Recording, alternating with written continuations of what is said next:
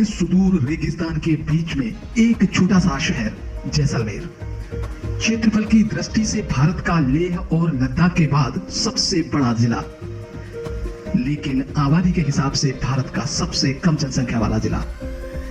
यहाँ पर 9 व्यक्ति प्रति वर्ग किलोमीटर में रहते हैं।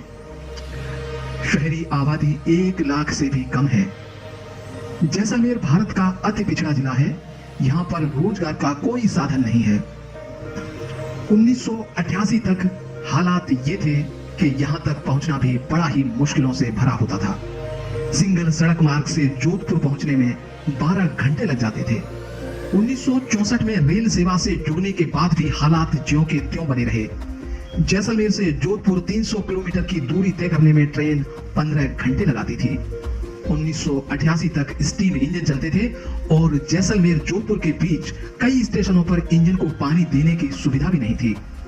कहीं बीच में स्टीम इंजन के पानी खत्म हो जाने पर खुद यात्रियों को किसी आसपास के गांव से पानी लाकर इंजन में भरना पड़ता था। और कई बार जब इस रेगिस्तान में आंधियां आ जाती तो पटरियों पर इतनी रेत आ जाती कि रेत हटने तक ट्रेन को घंटों इंतजार करना पड़ता। ट्रेन और बस की सुविधा से पूर्व ऊंटों के द्वारा जैसलमेर के लोग सफर किया करते थे और ऊंट द्वारा जोधपुर पहुंचने में 3 दिन लग जाते थे। परिस्थितियां इतनी खराब थीं कि यदि किसी सरकारी कर्मचारी की ज्वाइनिंग या ट्रांसफर जैसलमेर में हो जाती तो जिनको जैसलमेर की परिस्थितियों की जानकारी होती वो तो ज्वाइनिंग ही नहीं करता, और यदि ज्वाइनिंग कर ली तो कुछ दिनों के बाद नौकरी छोड़कर चला जाता। यहाँ पर स्कूलों में मास्टर और अस्पतालों में डॉक्टरों की आज भी भारी कमी है।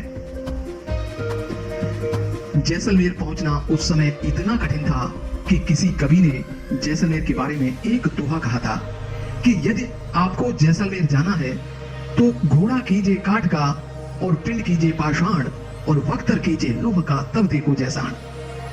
इसका मतलब है कि यदि आपको जैसलमेर देखना है तो आपका घोड़ा लकड़ी के समान कठोर होना चाहिए जो गर्म रेत पे चल सके और रास्ते में बिना चारे पानी के भूख और प्यास सहन कर सके।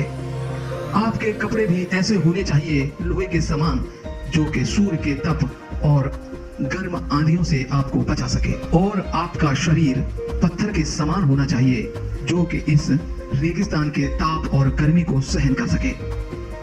तभी आप जैसलमेर देख सकते हैं। कठिन परिस्थितियों के कारण जैसलमेर को काला पानी की संज्ञा दे दी गई।